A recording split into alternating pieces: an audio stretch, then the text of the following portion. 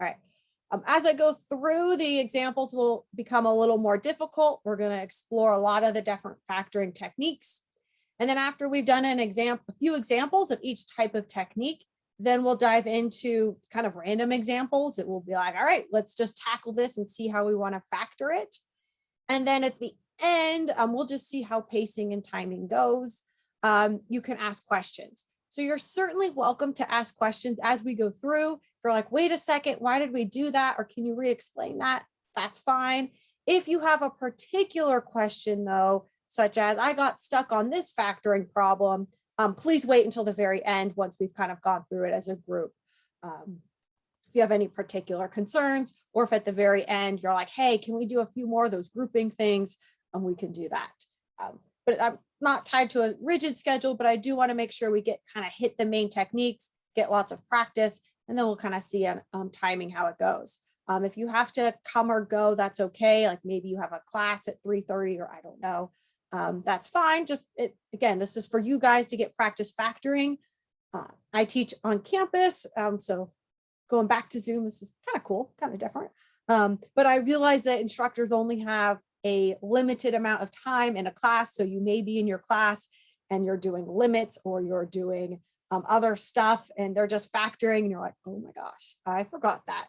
And maybe your instructor doesn't have time to go through it. So that's what this is for, some refreshers to go through it. Maybe you learned it years ago, maybe you didn't.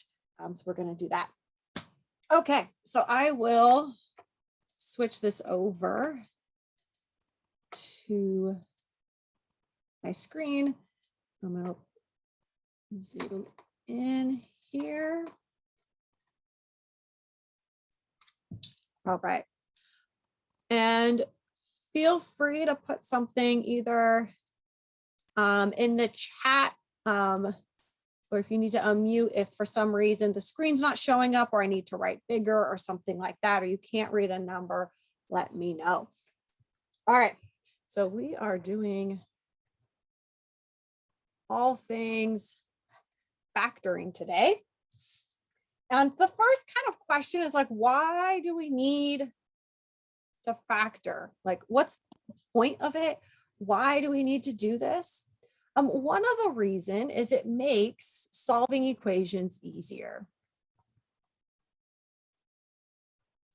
That's a big goal for it. And how does it make it easier? Well, we're repackaging stuff. So we're writing equivalent expressions.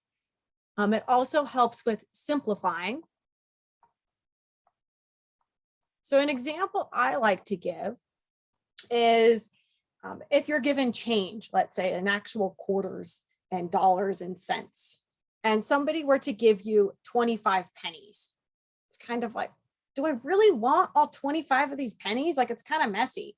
You'd rather just have a single quarter. So some of this factoring is repackaging things. We may have equivalent expression. We're just rewriting it in a different way. And it depends what you want to do, which way will be better.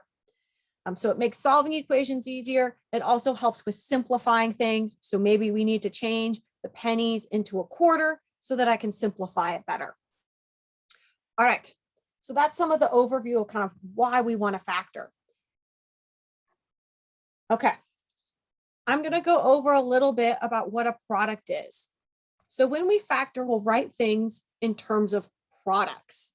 So an example of a product is I could have 3x times 5x. This is a product here. Now, when I multiply them together, the 3 times 5 gives me 15, and the x times x gives me x squared. So the 15x squared is that final product, but I could write it as 3x times 5x.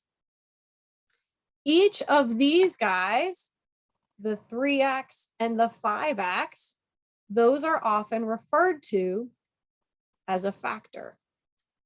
So I have an entire product there with 2 factors. Now there's other ways we may write a product. So I'm going to do a little bit of a review of exponents and how things are written. So let's say I have an expression like pick 7x, that whole thing in parentheses squared. What this is telling me is I need to take my quantity of 7x and multiply it by itself. So 7x times 7x, that gives me 49x squared. There's a little review of some exponents. Now we have different types of numbers. Some of my numbers are prime, and we're going to revisit this word prime later. You may be familiar with some prime numbers. An example of one would be 5. I cannot write 5 as a product of two factors. Same thing with 7, 13. There's lots of others. It's actually infinitely many of them. You can come up with really big ones. You can earn lots of money. A value like 6, well, 6 is equal to 2 times 3, so it is not prime. We're going to apply the same reasoning with expressions with x. We'll have some stuff that will go, we can't factor it. It just leaves like that. It's prime. Other things, though, I will be able to factor and write as a product. All right. Now we're going to jump into the actual factoring part. So the first one I'm going to talk about is the greatest common factor. And this is often referred to as a GCF. This is going to be your sort of first line of factoring strategy whenever you see something. Always check first. Do I have a GCF? Look for that first. Now, what is it? So we're going to gather up some terms here. So let's do, we'll say 2x squared plus 12x cubed. Those are my two terms. Now, they each have a number in front. I've got a 2 in front of one of them, a 12 in front of the other, and they each have a term with a variable or component with a variable. So I've got an x squared and an x cubed. All right. So for my greatest common factor, I first am going to look at my constants, the ones I underlined in purple. Between 2 and 12, the largest number that divides evenly into both of them would be 2. Between the x squared and the x cubed, the largest power of x that goes into both of them is x squared. So 2x squared is in common with both of those terms. So this is what I factor out. Now in parentheses here, I've got some stuff left over inside.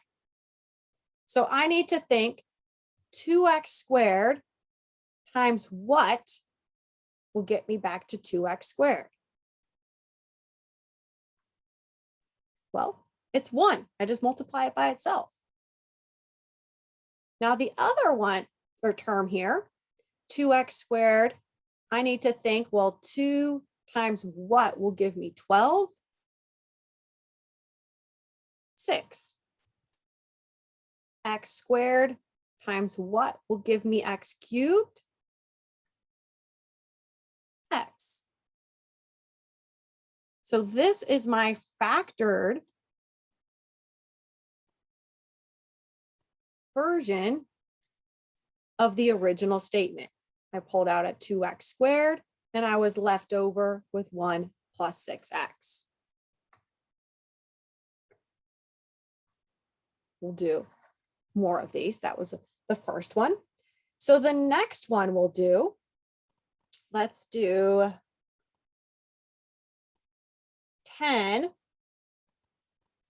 x squared y minus 15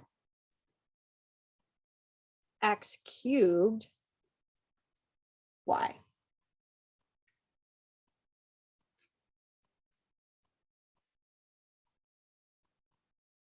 Again, I'm going to use my greatest common factor strategy here. I have the coefficient of 10 and 15. Those are my constants. I then have the x squared and x cubed. And oh, I need another color pen here. I'm going to add a green one. I also have the y's in there. So there's 3 different pieces that I'll need to look at when pulling out my GCF. So it has this structure of I'll have things left over in parentheses. For the outside part, between 10 and 15, 5 is the largest number that divides evenly into 10 and into 15. For the x and x cubed, x squared there is common to both of them. And then lastly, they both have a y. So now what's left over inside here? All right, 5 times what will give me 10? 2. 5 times 2 gives me 10. I pulled out x squared y. That's exactly what was there. So I don't need to write anything else for that first term. It's good. Next, I've got the minus sign in here. This next chunk, 5 times 3 gives me 15. X squared, that needs to be multiplied by another x in order to get my x cubed. And then I've just got the y still hanging out there. I don't need to add any extra powers. And now this one is also factored. Another note here, for your stuff with variables,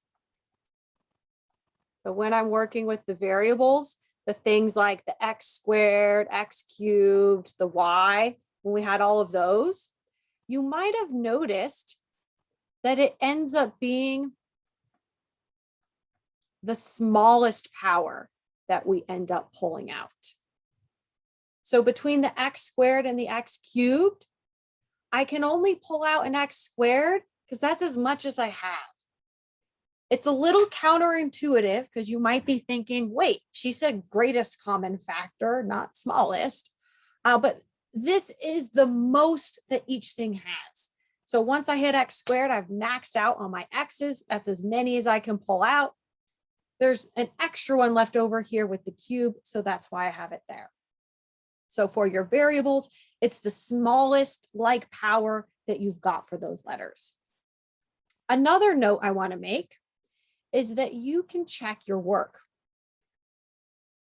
How you can check your work with all of these factoring is by using the distributive property.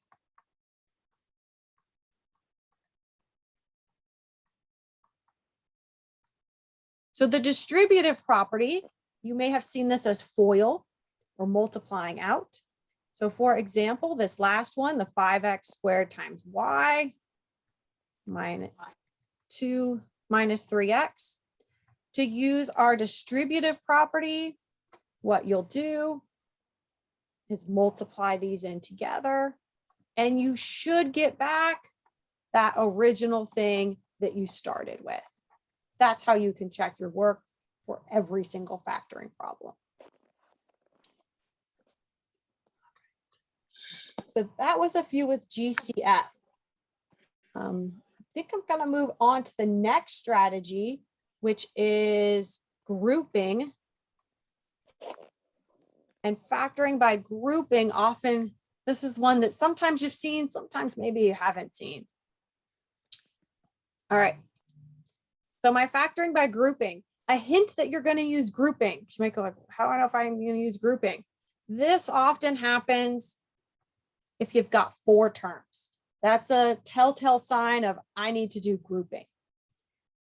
And how does this grouping thing work? What are we doing with our grouping? I'm going to write an example out. So let's say this would be number 3. We have 2x cubed minus x squared minus 4x plus 2.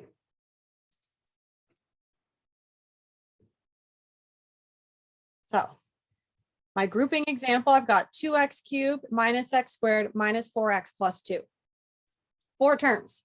I first want to check though, is there a common factor?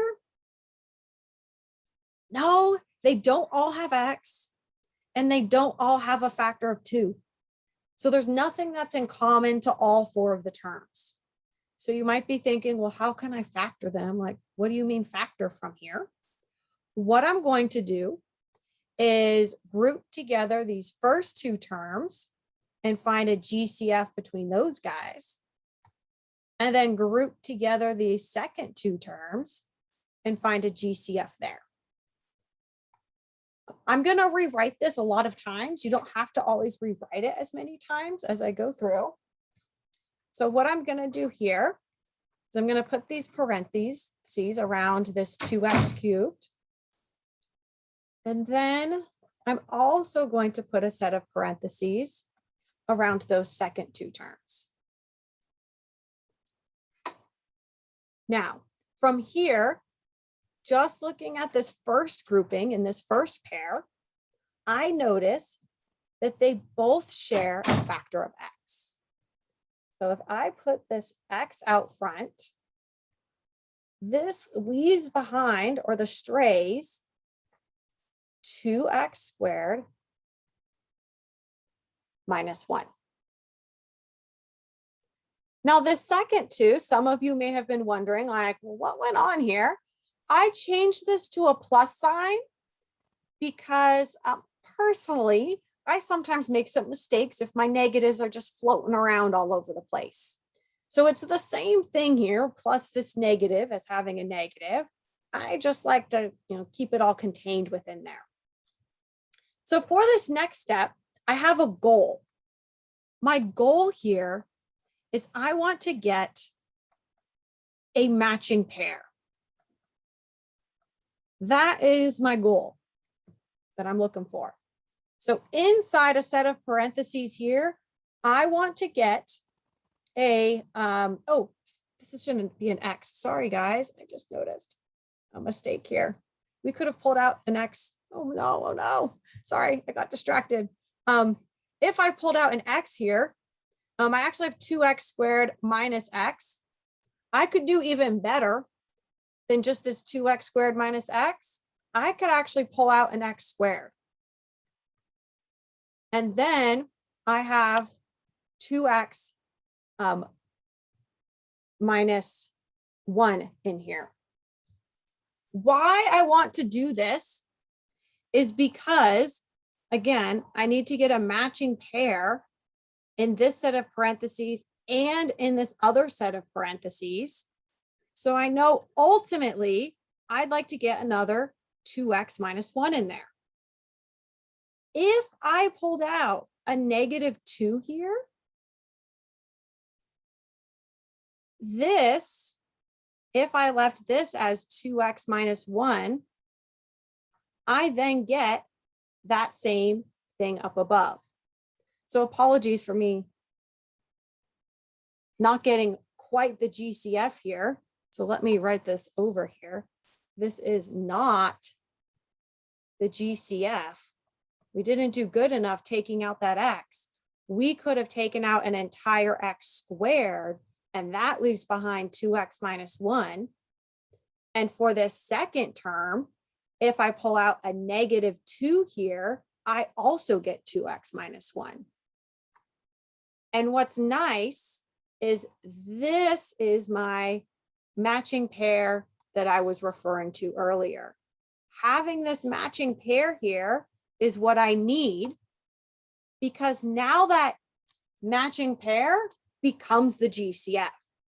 So I can factor out that 2x minus 1, and then the coefficients, the things that were hanging out front, the x squared and the -2, those now are my second term. And there we go. We will do another one of these, because as I said there, it's like, oh, I didn't get the GCF. Trying to go through it. So we'll do another one. All right, let's see, that was 3. We'll do number 4. Okay, this one we will do x squared plus ax plus 2a plus 2x. So we've got quite a few more letters in here. That's okay. So again, this has 4 terms. That's a hint that you should be doing GCF. Look for GCF. You don't have GCF, we want to look for grouping as our method. So what I'm going to do is start partitioning these off into groups. I've got my x squared plus ax in one group, and the 2a plus 2x in the other group.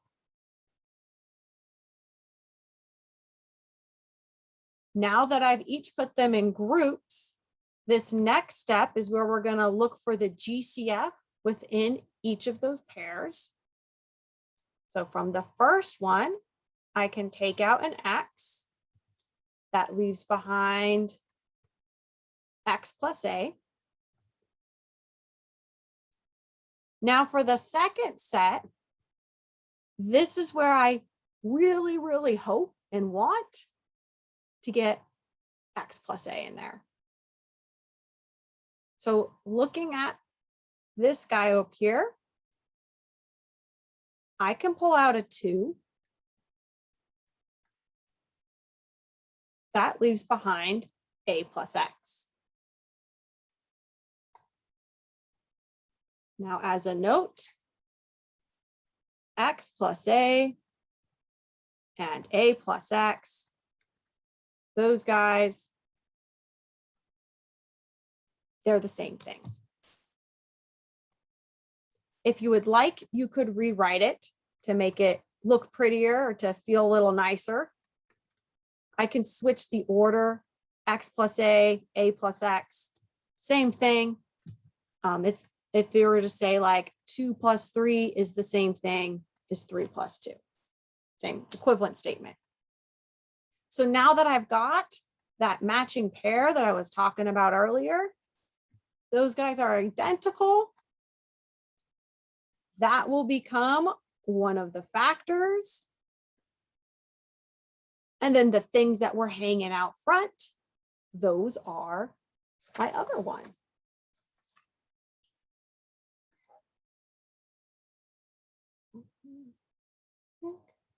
I'm gonna do one more of these since I messed up that other one.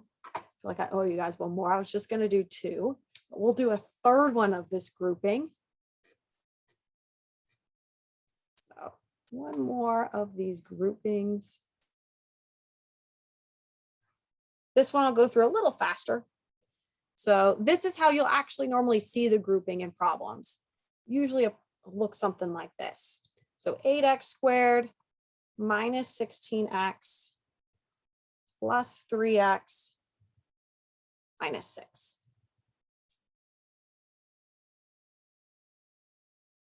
So 8x squared minus 16x plus 3x minus 6.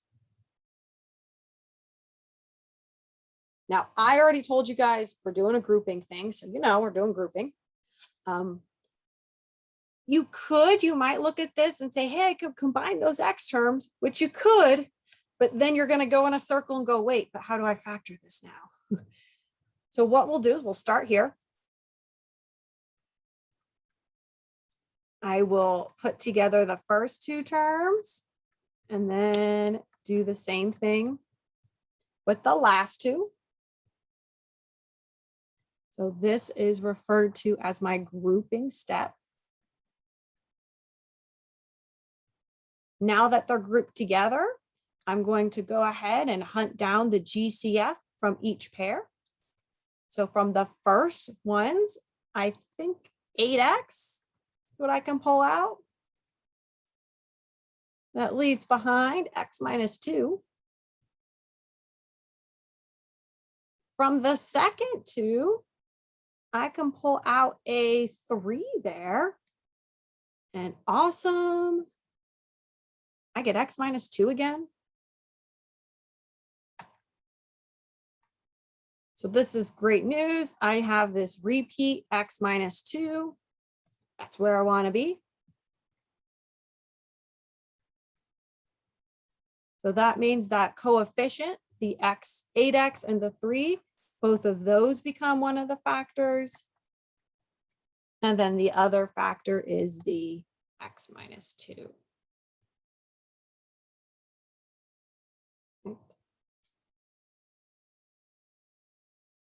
A few things to note here. Maybe you try the grouping and like I did in the other example up above, you run into an issue and you're like, wait a second, I didn't get matching pairs. Go back, look, say, did I really take the whole GCF out? If that doesn't work, another thing you can try is to mix up the order of the terms. Sometimes that helps. You know, your brain just sees it in a different way. And you might be able to say like, hey, I got it now. So those are some factoring with a GCF and using grouping. Gonna move on to our next type of factoring that you'll encounter. Your next type of factoring, we're gonna start looking at trinomials. So trinomials have a general form, ax squared plus bx plus c. The first case we're going to look at, case 1, will be when a equals 1. Then we're going to look at case number 2, when a is not 1. It could be something crazy. Just as a warning, it's this case number 2 one that students find the hardest. Those are the ones that I think, you know, if you have nightmares about factoring, it's probably those ones.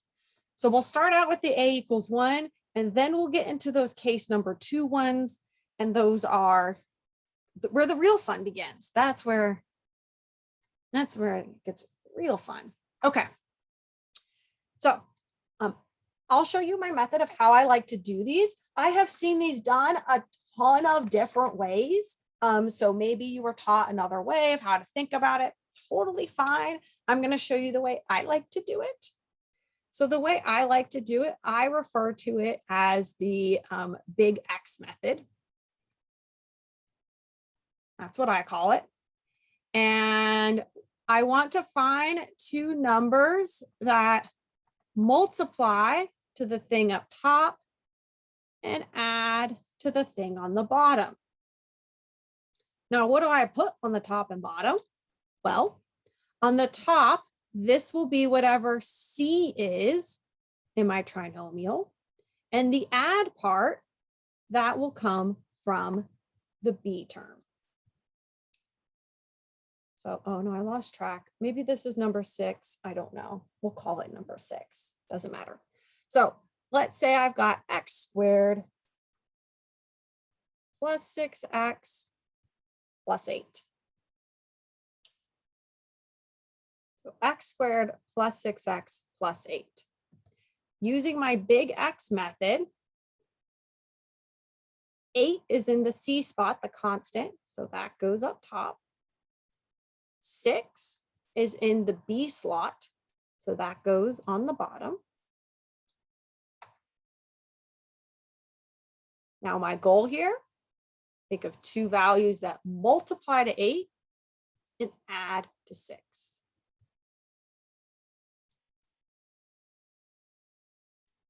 Four and 2.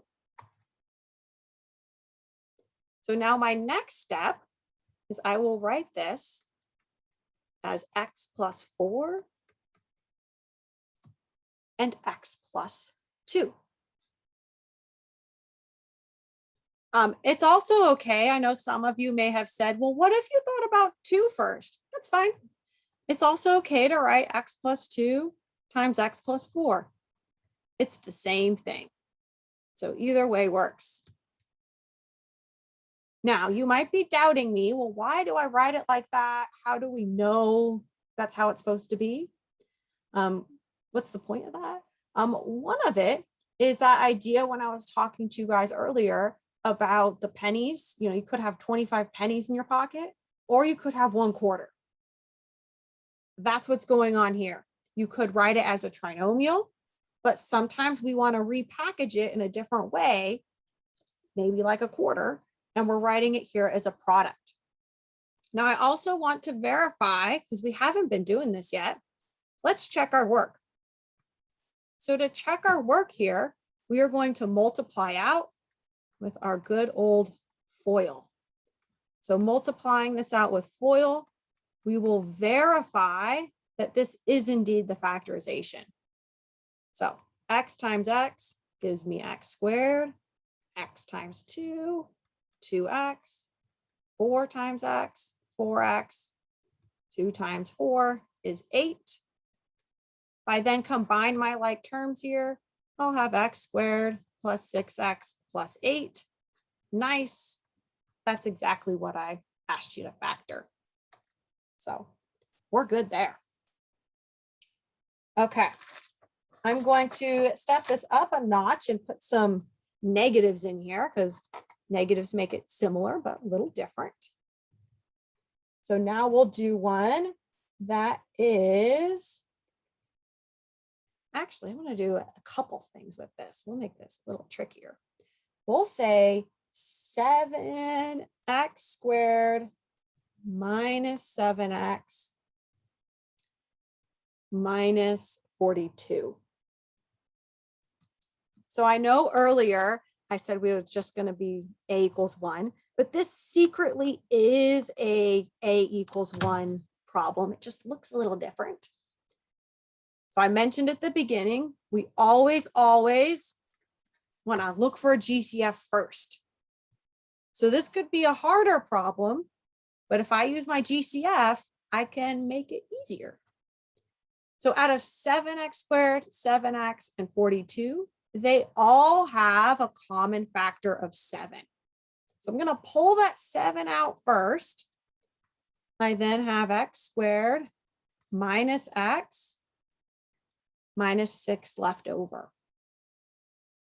Now from the leftover stuff, this is where I'm going to use what I call the big X method. So for the stuff left over in there,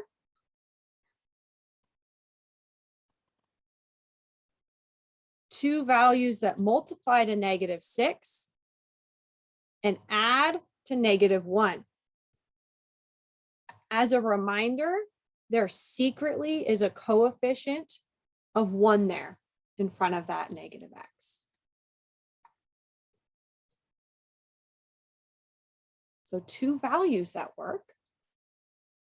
Well, I know 3 times 2 equals 6.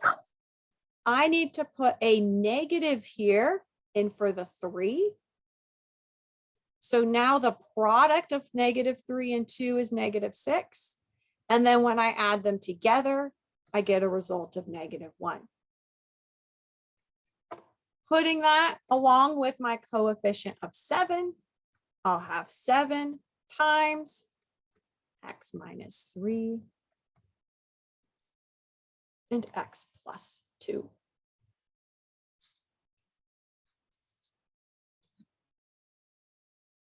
Guys ask, you can unmute or put in the chat. I don't think I've seen anything in the chat. Any questions so far on anything before we get to the case number 2 version? The one when you do the x. Yes. So for the one we just did, so -3 plus the 1, that will be -1. And then the other one on number 6, when you did the x is 4 times 2. How do you know what what to do? What are you if you're gonna be adding, or like the number 6 you multiply, and the number 7 you did the addition and subtraction? Yes. So the general format here of a trinomial is this ax squared. Let me actually write this a little nicer. My general format up here, this ax squared plus bx plus c, it's, let me get a highlighter here and try and make it a different color. I think that might help a little bit. This middle value, my trinomial, that's the one that ends up going on the bottom. That's the thing that I end up adding. The thing that's on the end, that's the part that goes up top and becomes the thing I want to multiply. All right.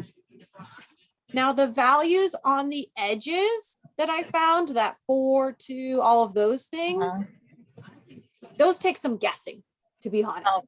Those ones you got to guess. And so sometimes you get it right away. Sometimes you don't. So for example, for this one with the 8, maybe you thought 1 and 8. That doesn't work. And then, okay, 2 and 4 does work. So it's a little bit of trial and error. It might take a time or two to guess and get it correct, because there's multiple things that could work. Like this -6 here. Well, there are other options. I could have said -1 and +6. Or you could have said 2 and, no, we said 2 and +3. But that wouldn't work because it's not -6. Or you could have said +3 and a -2. But that one wouldn't work because it's not -1. So there's a few options and you have to sift through them and kind of think and try to get the correct one. But overall, the last number, that constant, is what goes up top. And then the thing in the middle is what goes in the bottom. If we are in case number 1. So all of these were case number 1 because I had in each of them, different color, case 1, this A part was 1. So secretly there was a 1 here and secretly there's a 1 there. We're now going to move on. Actually, we'll do one more and then we'll move on to case 2 when the A is not 1. So we'll do one more like this, and then we'll go into the situation where A is not 1. So what number would be beyond 8? So we'll do one more of these. All right. X squared minus 9x plus 18. So this is a case 1 scenario because secretly there is a coefficient of 1 in front of the x squared.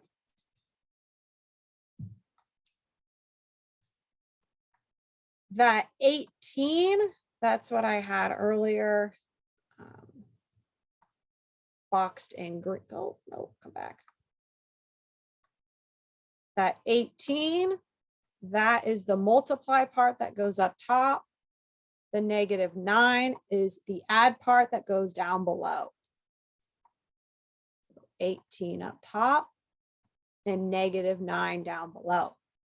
Now for 18, there's lots of choices. You could have 6 and 3. You could have 9 and 2. You could have 1 and 18. A few different ways you could get there. Something else I notice is that I have a -9 down here on the bottom.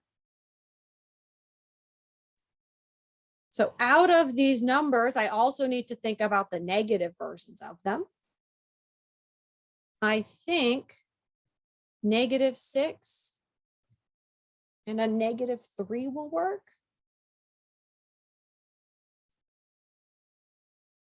So this will be x minus 6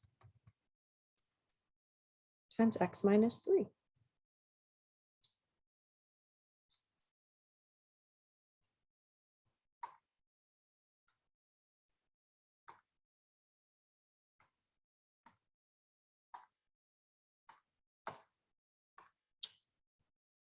That's another of the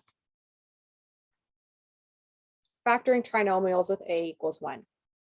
Now we're going to move on to case number 2, when a doesn't equal 1. There are two methods. There is the AC method, which is also referred to as master product. So it depends what person teaches it, what they call it. And then there's also guess and check. I'm not a huge fan of guess and check because it's a little hard to say, well, you just guess, just kind of guess and see what works. Some people are great at teaching it and they love the guess and check. It's not my go-to method. There's nothing wrong with it, but I like here's step 1, here's step 2, here's step 3. But guess and check is totally legit as well. You kind of play around with it. So with the guess and check, you know that your final answer is going to have this sort of look to it. And you make some guesses about what you think works in there. And then you go through and you check it with FOIL. And sometimes that's faster than doing all the steps.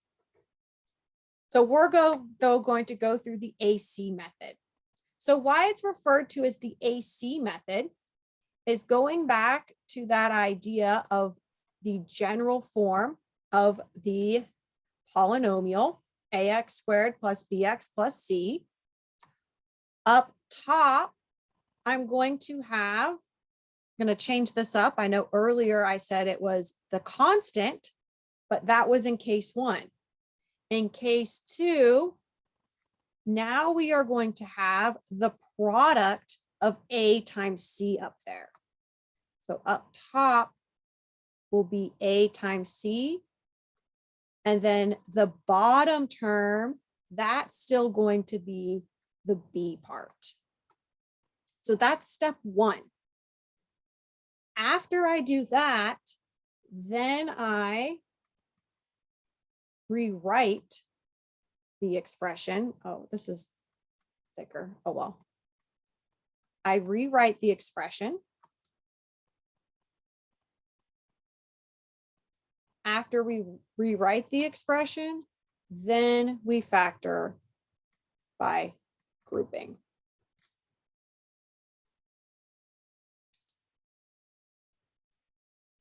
So I'll have my polynomial, rewrite my expression, then factor by grouping.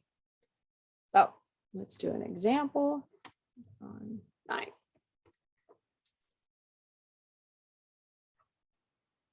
Okay. So let's say we have 2x squared plus 13x plus 15. Now, the first thing you would want to do is check, is there a GCF? No, nothing goes into all of them evenly. It's kind of a bummer. So there's no GCF. So we got to proceed with AC method. So it's referred to as the AC method because I take what would be in the A spot and what is in the C spot. So the two edges, the outermost values, and I multiply them together. So 2 times 15 gives me 30. Now, the middle term, that just chills there and stays the same as before, 13. So again, for this AC method, I took 2 times 15 to get the value on top to get that 30. And then down below, the 13 came from the middle. Now we do that same thing we were doing before. I think about 30 well, possibilities for two numbers that multiply to 30, but add to 13.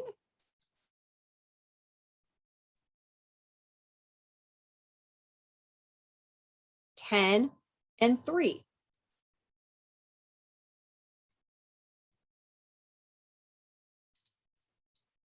So I did my AC method to get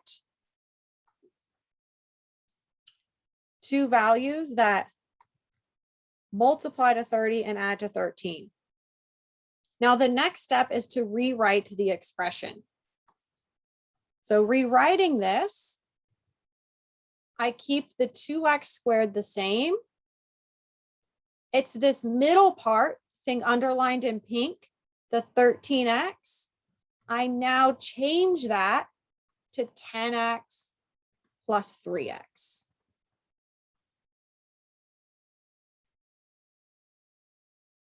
So again, the rewriting of the expression is taking those side things, the 10 and the 3, and writing it as 10x plus 3x.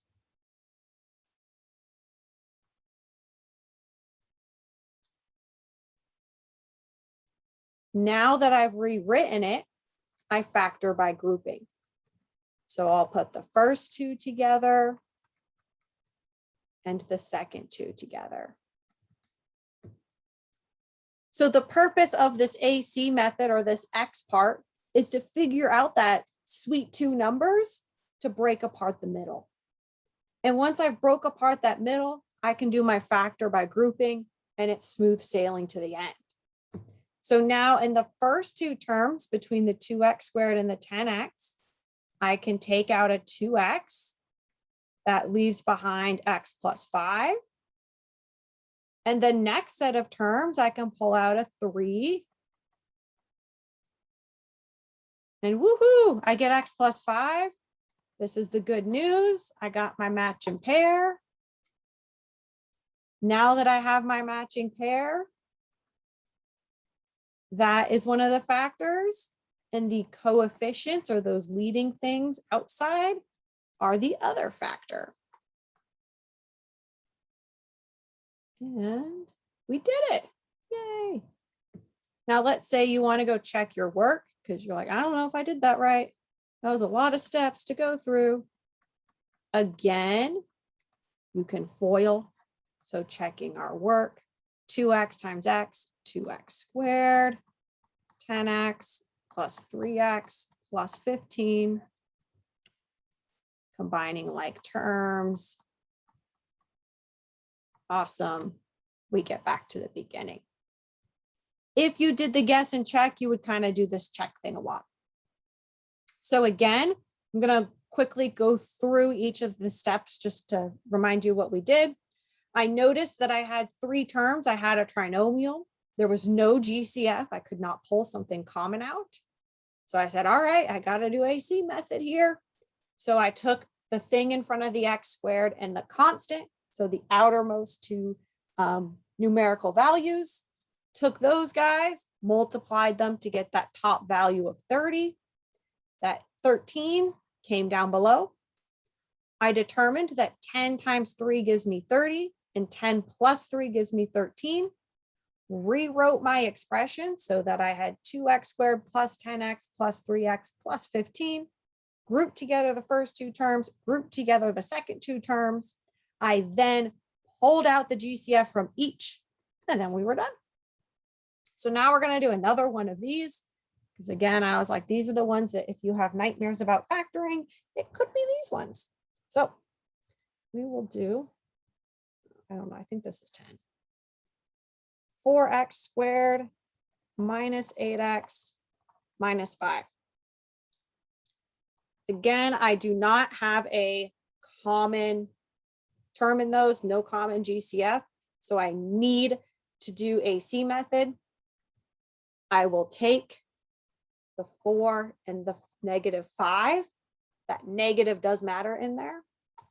So 4 times -5 gives me -20. The middle value will be -8.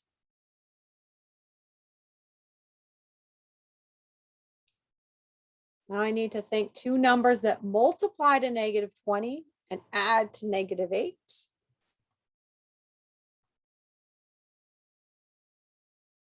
-10 and -2 work.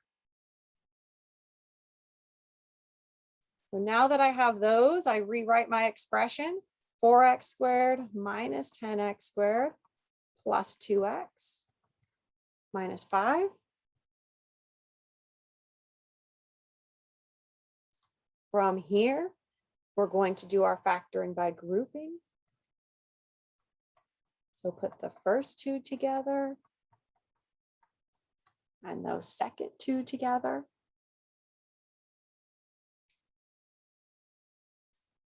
Now from here, let's see. These first two, I can pull out 2x. Yeah. Then I'm left with 2x minus 5. And, oh, I already have 2x minus 5. That's nice. I can't just leave it hanging there. I need something out front. So I'm going to put a 1 out front. And then I've got that 2x minus 5. Oh, look at this.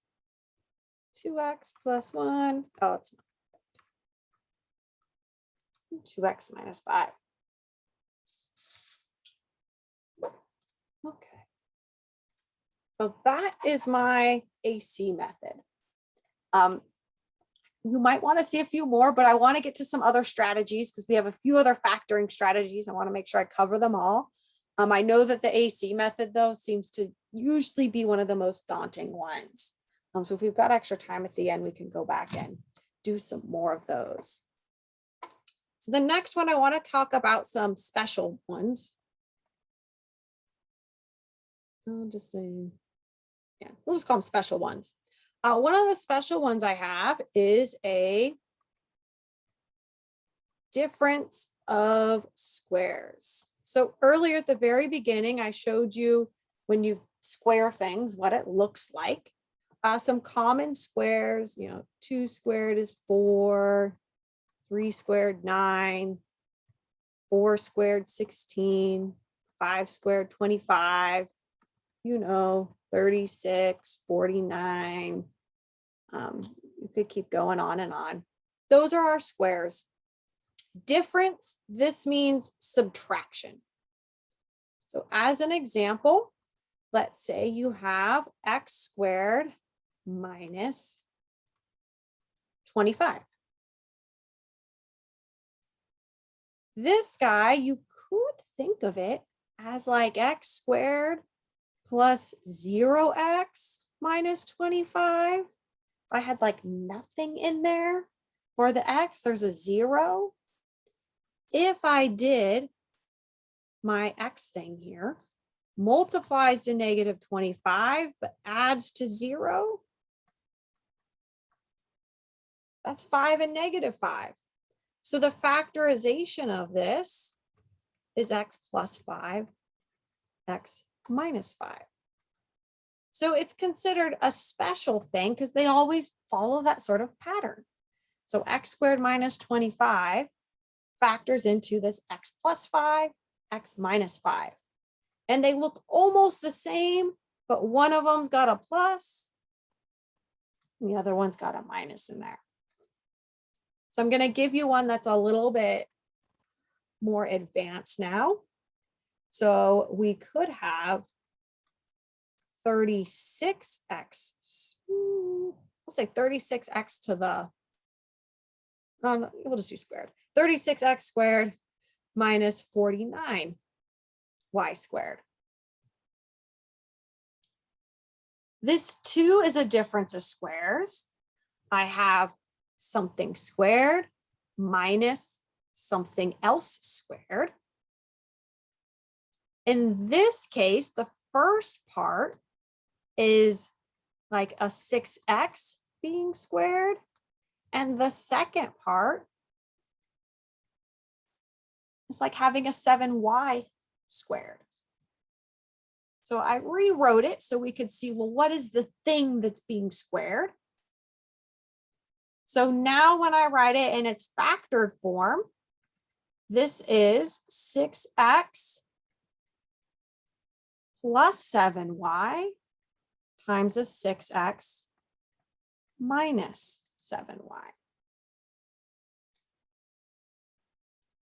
And again, you could use your distributive property and FOIL to multiply out and check this.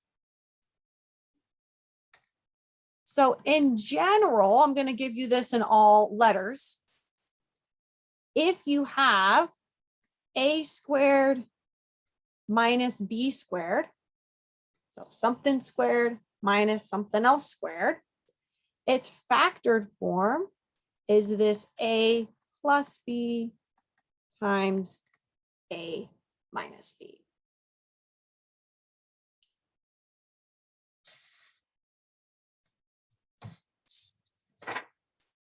Okay. That is our difference of squares. Now, something I want to point out that kind of comes up here sometimes is what if I had x squared plus 25? What about that? Those are two things squared. Can I factor that? Oh, we can't. Why? I've got this plus sign in here in the middle. It's a sum of squares, not a difference of squares. And this one, there's no GCF, doesn't work. So a sum of squares is going to be prime. I'll make that number 13. 13 is prime as well. So if I had x squared plus 25, that one cannot be factored because it's a sum of squares. So sometimes those will sneak up on you. You'll be tempted to do this difference of squares, but there's no way to factor it. So if that comes up, you just got to say prime, leave it as is. All right. Our last one that I think I want to get to is our actually scroll down to a whole new page, is cubes. So things that are cubes, some common cubes, things like x cubed. Remember that means x times another x. Some constants cubed, so 2 cubed, that's 8. 3 cubed, 27. 4 cubed, 64. Some other common ones. 5 cubed, 125. So if you see these numbers pop up with along some other cubes, I have a hint, I think these might be cubes. You can always take your calculator and check and say, okay, what is this multiplied by itself 3 times? See if it's one of those cubes. So these have a general format. So I did the difference of squares in terms of A and B. I'm going to do the same thing here with the cubes. So for the cubes, we have, it'll be a difference of cubes. If it's A cubed minus B cubed. So how that one factors out is A minus B times A squared plus AB plus B squared. And then my sum of cubes has a similar format. However, it's A plus B, A squared, but then I have a minus sign in here, AB plus B squared. And how I memorized this, I don't know how many years ago, and it's still there. As soon as you memorize something, it never goes away. with soap. Same, opposite, and then always positive. So where this shows up is when I'm looking at these symbols here. If I have a minus sign in here with the a cubed minus b cubed, I start out with the same sign, so it's still a minus. Then I do the opposite of it, and then always positive. For the sum of cubes, I have the plus sign, so then I stick with the plus, same sign, swap it out, the opposite of it, and then always positive. And then those A, B things stay the same. And those are just something you kind of got to memorize, unfortunately. So we'll do an example of these cubes. So let's say I've got 8x cubed plus 27. I like to rewrite it first before doing the whole formula so I can see like what's the thing being cubed. So here, the first part, I've got 2x. That whole thing is being cubed. The second term, that 3 is the part that's being cubed.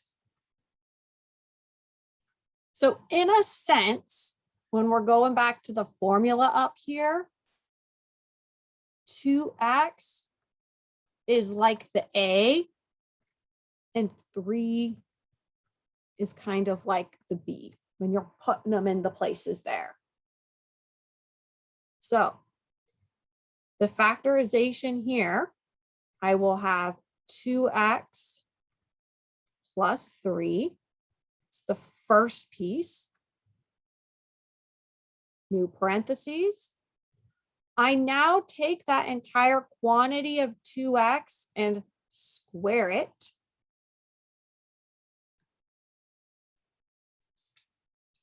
Minus, we'll do the product of 2x times 3. Plus, that might always positive. I now take the 3 and square that. So rewriting this to make it look a little nicer, 2x plus 3. In the second factor, I'll have 4x squared minus 2x times 3 gives me 6x. And then that last term plus 9. That's a sum of cubes. We'll take a peek at a difference of cubes. Let me find one here. All right. So let's say I have 64x cubed minus, this time we'll put another variable, 27y cubed.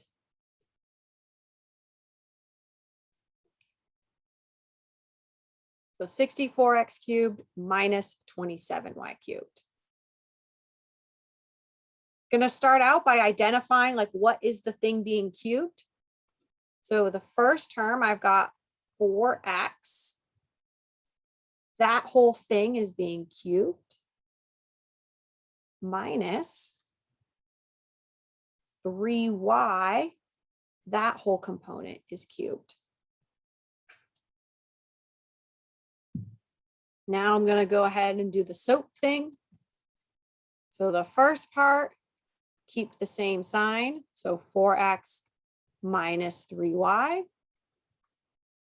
I now know for the rest of it, I'll do opposite sign and then always positive. So for this first piece, it's going to be that 4x squared. The middle chunk is the product of them. So 4x times 3y. And then the last piece is taking that 3y in squaring it. Now, I wrote that thing out in a long way. You don't have to write it out this long way. I write it that first way so I remember what I'm doing. You can skip ahead to this last line I'm doing. It's a little faster that way, but depends how your brain works. So here my 4x squared is actually 16x squared plus 12xy plus 9y squared. And that's my difference of cubes. So there's the main strategies. Now I want to get back to this idea of, I mentioned the whole point of factoring is we want to use these to solve equations. That's a big part of it. So let's go back to one of the ones that we did earlier. Let me see. We did. How about first one? Let's go with the x squared plus 6x plus 8. Let's revisit that one.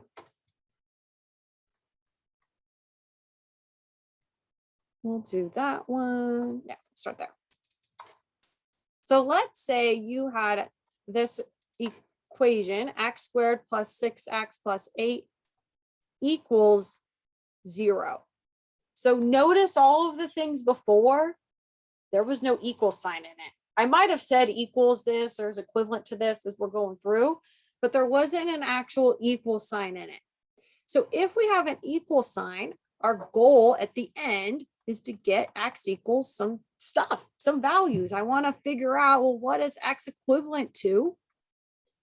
A lot of the time, what we'll do is if the equation is equal to 0, we're going to use our 0 product property. And what that tells me is if I have, smiley face multiplied by star equals 0. Don't know what those things are. Who knows what they could be? But if this is the case, smiley face times star equals 0, one of them must be 0, or maybe even both of them could be 0.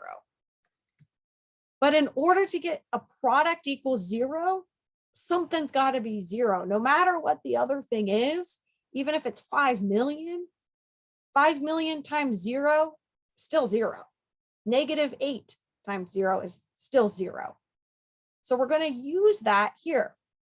Now, why I can't jump ahead right now and say, well, one of these things is 0 is it's not written as a product. So the whole goal of factoring is to convert things or to repackage it. As I said before, instead of all these loose pennies, we're putting it like a quarter, making it something different, but it's still equivalent so that I can do some fun things with it. So now we saw we can write this as a product as x plus 4 and x plus 2.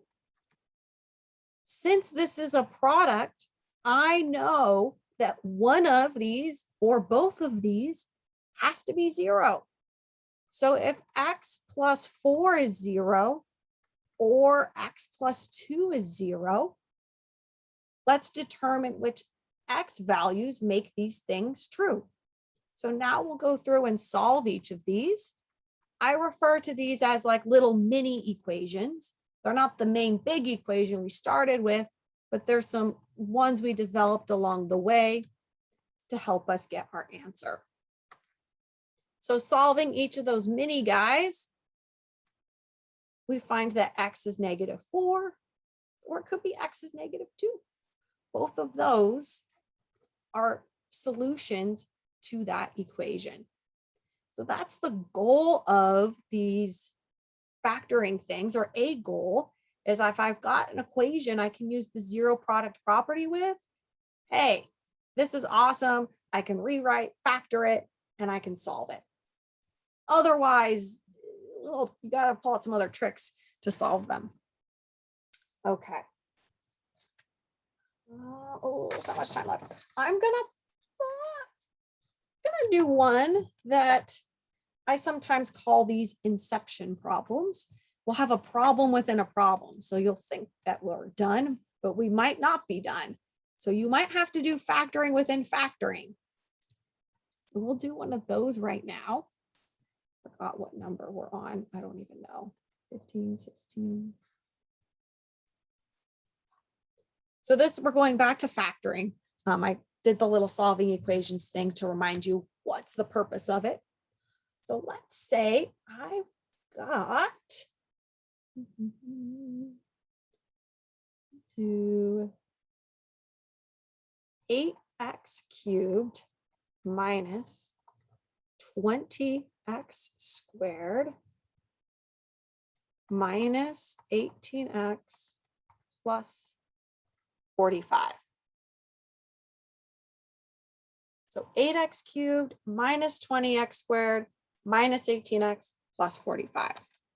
Oh, and something else I'm going to put in the chat here. If you didn't sign in yet, if you came in a bit later, do sign in to show that you were here, especially if your instructor gives you any extra credit. I don't know if some are, but some sometimes do. So just fill that in if you didn't get it earlier. All right. So we have 4 terms. So again, our 4 terms is GCF first. There's no GCF. There's no GCF. Gonna do some grouping. So these first 2, the 8x cubed minus 20x squared, those are in their own group. And then I've got negative 18x and 45 in the second group. Looking at these first groups, or first group, I think, what can I pull out? 2x. I think I could do better than 2x. I think we could do 4x squared. Yeah. That leaves behind 2x minus 5. Yeah. Now let's look at these next ones. 9. I'll pull out a 9. I think I want to do negative 9 though, because I see this negative over here in the 2x minus 5. And remember, we want to get that matchy pair that I talk about a lot. Like I want those guys to be the same. So I need to make this a negative. That means get that 2x minus 5. So with my grouping, 4x squared minus 9 times 2x minus 5.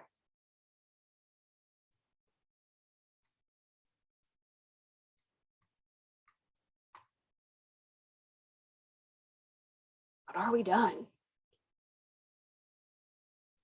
No, we're not done. I have hidden within here, we've got a difference of squares. So I can keep factoring this 4x squared minus 9. This is a difference of squares. This can factor into 2x plus 3, 2x minus 3 in there. Again, the 4x squared minus 9 is like 2x. So let me write this in another place over here. That's like taking 2x squared minus 3 squared. That's a difference of squares. Or a squared minus b squared. That's what I used there.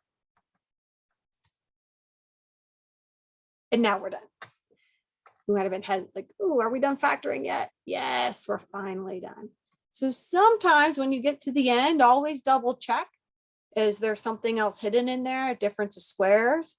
Sometimes you'll get to the end and there might even be a GCF. So you might have to double check again, like, ooh, I forget the GCF. There. Okay. It's already 3:50. So I'm going to let you guys, if you want to ask questions about our particular problem, or you want to put something in the chat, if there's another type or style of problem, you're like, I need to see another one of these, or whatever the case may be, like ask away.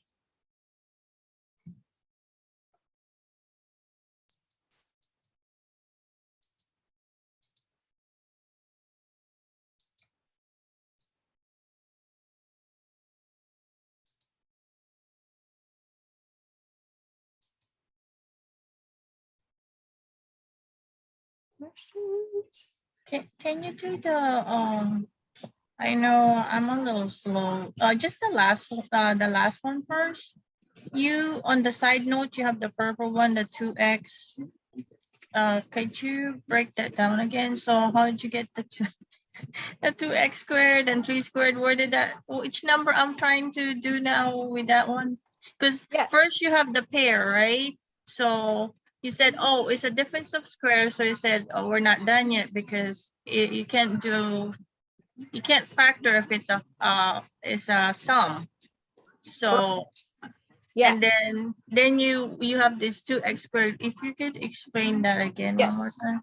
Yes. So I did my factoring by grouping. Here, let me erase and then rewrite. I did my factoring by grouping to get my 4x squared minus 9 and 2x minus 5.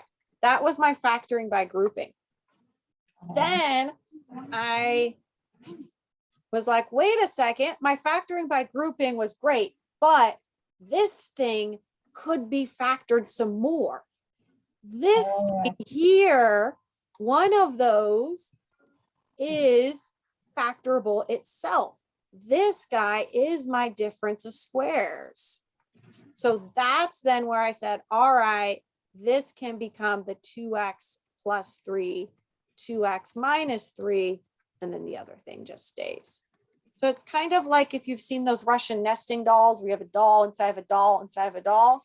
It's like I have factoring inside of factoring inside of factoring. So you can just kind of keep factoring more. Oh, I see. I get it now. Because she said that hello, is that it did say difference of square. Well, I see a square there when you box it with green. Yes.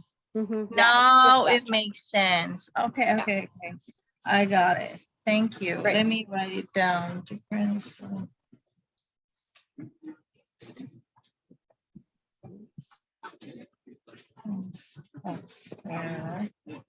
And then, and actually another one I'll do, you mentioned a really good thing. You said, oh yeah, the sum of squares we can't factor. Let me do something else here. What number was that?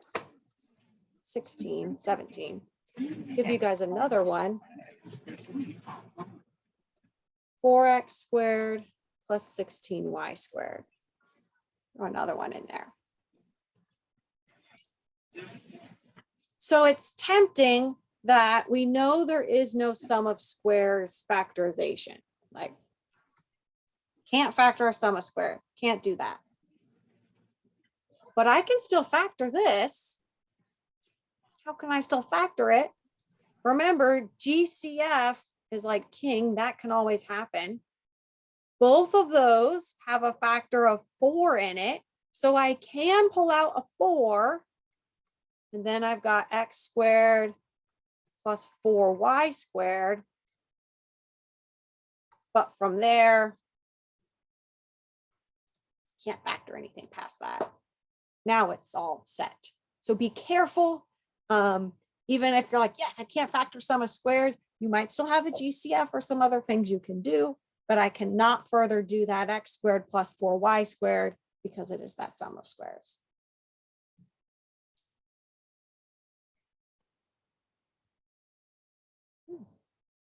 Okay.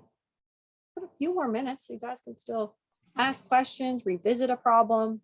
So there's a type that you're like, I want to see more of. For the solve equation you have, just the one above, the one that one.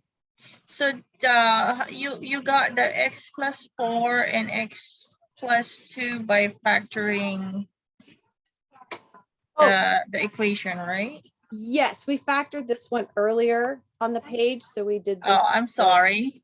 No, it's okay. I tried to find one we did earlier. Yes, so this is one we did earlier, which is why I didn't do all the actual Oh, steps. I don't know. I'm just. That's okay.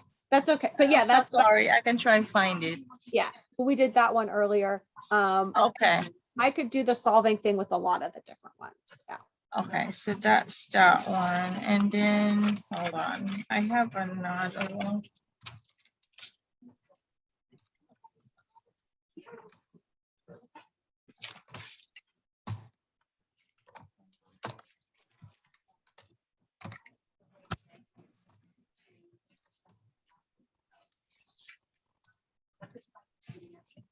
Okay. Yeah, if I can just go up, because I missed the last part of number 9.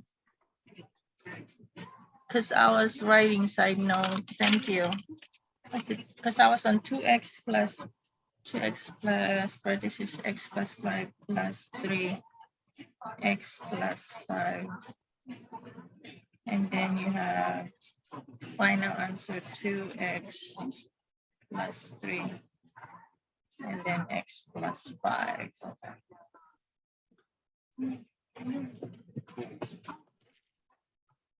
you guys are welcome to put in the chat or ask questions if there's anything specific. You're like, wait, can we revisit this? Or I want to see another grouping, or that a doesn't equal 1, or cubes. So my question is, you know how when you, let's say you're in a class or in a test, so I guess, you know how you have, I guess you would determine I guess, how would you solve the problem by considering? Yes. Yeah. So those, it takes some practice of kind of noticing patterns. Here I told you guys, like, this is a factoring by grouping. This is a trinomial. It kind of takes some practice and you'll notice. A big thing is the number of terms. So if it has 3 things, that's where we're doing the X thing or the AC method. 4 things is the grouping. Okay, I might have to write it down. Yeah, and then 2 things is the binomial stuff. Okay. I don't know if anyone's here on a computer. I can put a file in the chat that I think. Yeah. If you can write it down and then I can write it down, and that would help to at least kind of like, oh, it's 2 term. Let me try, the X method or the AC method. But it's a 4 term. Then I gotta do grouping or type of thing like that. Yeah. Where is my? That would be really helpful, especially when you're trying to figure out in the test or in homework and stuff like that. Let me see if I have. So I have this other file, factoring examples. Why is it not showing up here?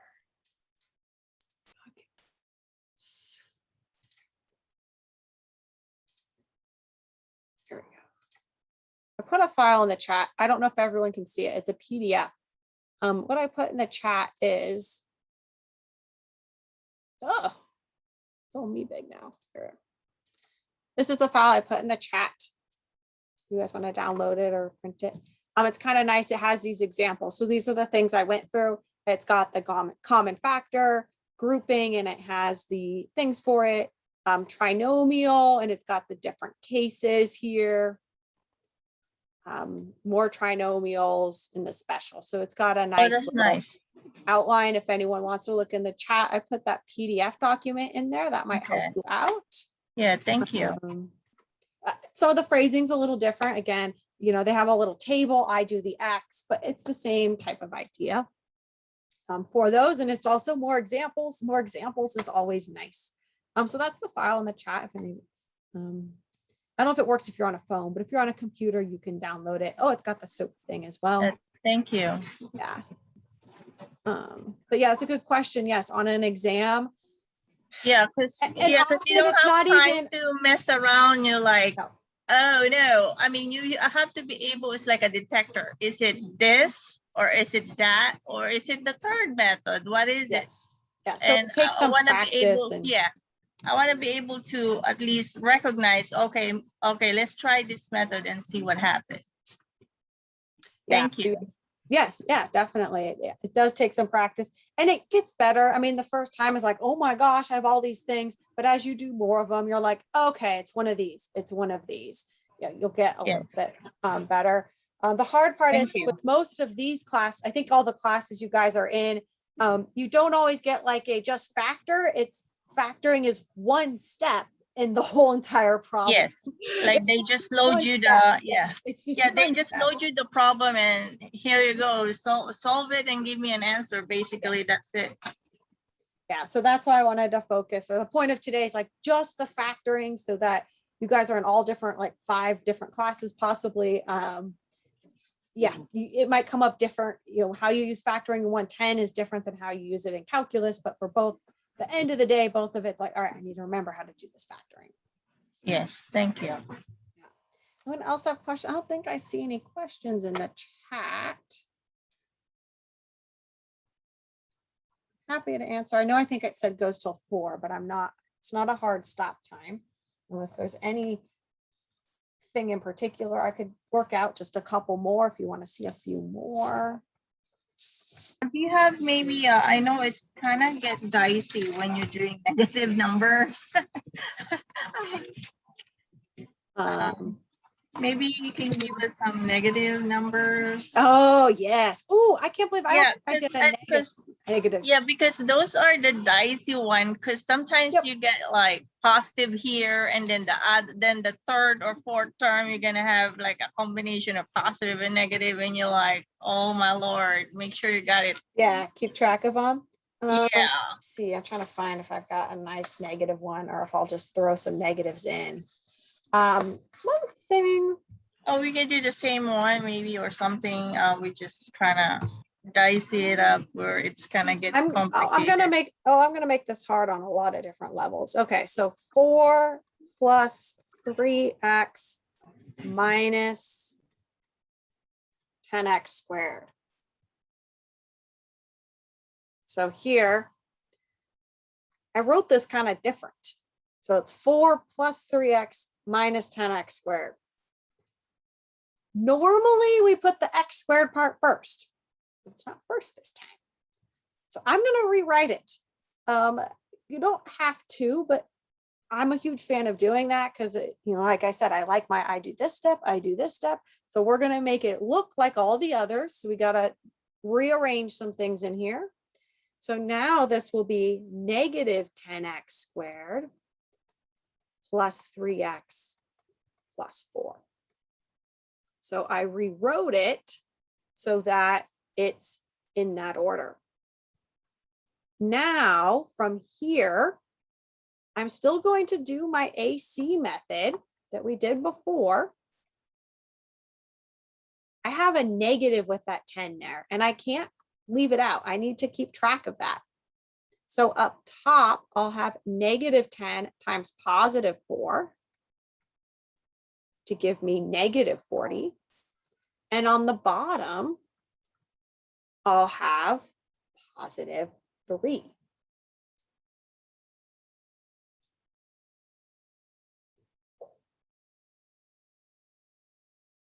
All right. Now we got to think. 40. Okay, well, 40, 10 times 4. That's not 3. Maybe 8 and 5. Yeah, that will work. I was like 20 and 2. That doesn't work. Yeah, I think 8 and 5. One of those has to be negative. What one should be negative? 5. Yeah.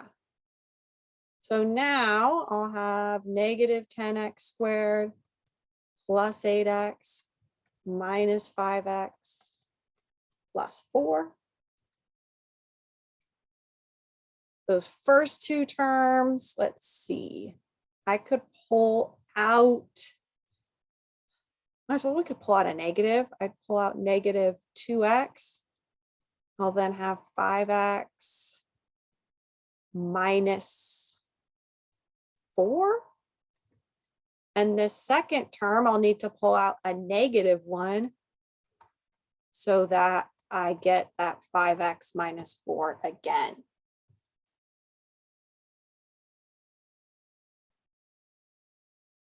Now from here, let's see, we have negative 2x minus 1 and 5x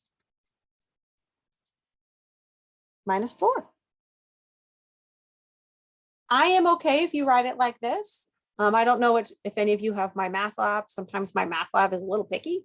It might make you take out a negative and say, well, I could take negative 1 out of this and do 2x plus 1 and then 5x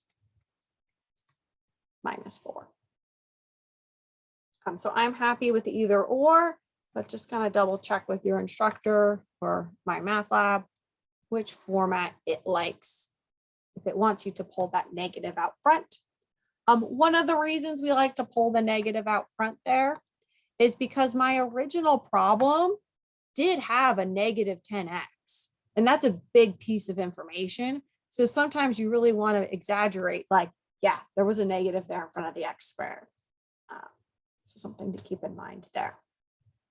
I've also, I'll do another one with a negative really quick. That's a shorter version of one.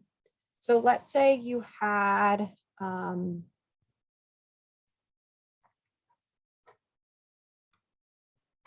don't think we did one of these. Negative x squared plus x plus 20.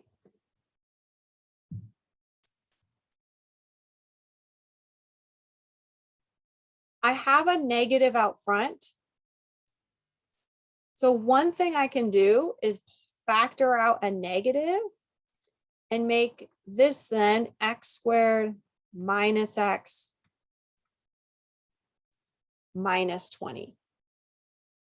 Why I need to do this is because it actually doesn't have a coefficient of 1. It has a coefficient of negative 1 here.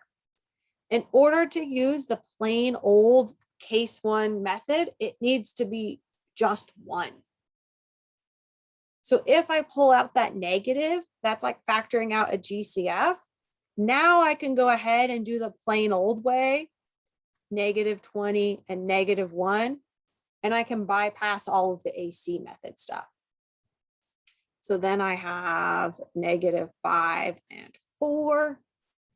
So this will factor into this negative outside, x minus 5, x plus 4 there. If you didn't factor that negative out, so if you just decided to leave it there,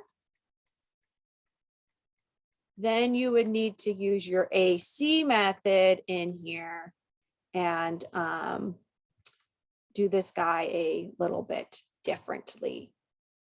You get the same thing in the end, but you then would have to do AC method because I don't have exactly 1 there in front of the x squared term.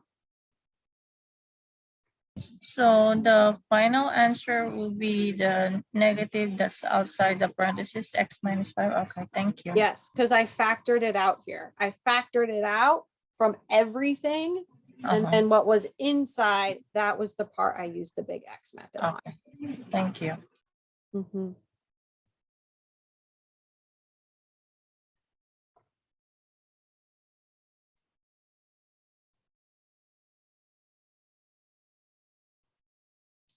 I don't see anything in the chat. Other questions?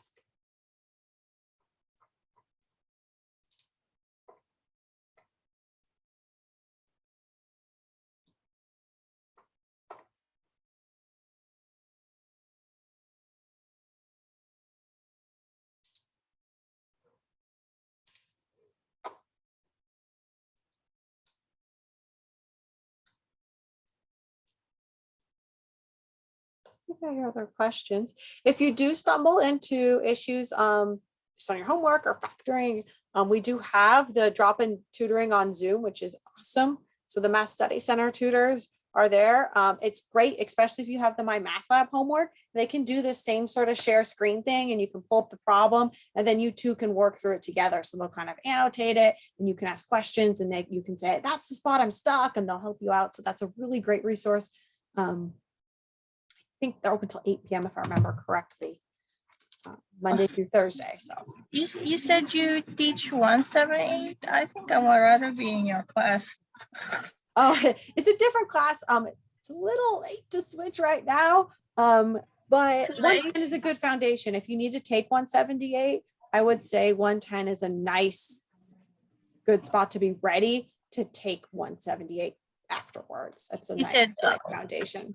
Because I can't repeat class, so I could ask the 175 maybe. I'm not sure. I'm gonna have to ask them if I can do 175, but I can't squeeze.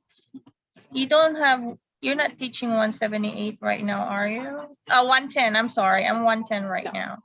No, but if you take 110 this semester, 178 next semester is a nice like follow up from it. Okay. And do you do the same similar phase or a little faster on if Depends on the day. Just depends. So depends on the day. Okay. But it would be better that if I take 175 before 178 because they jumping me from 110 to 178. That's okay. If you're doing it close by, it's okay. Yeah. Okay. Yeah, because it's just my instructor is way too, seriously faster than you. You might be able to catch up. Yeah.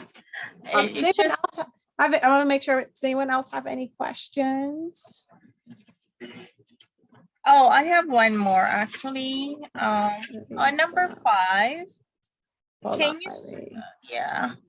I thought that's all my paper, but I found my first page of the paper because I'm writing all the stuff that you're saying right now. Yeah.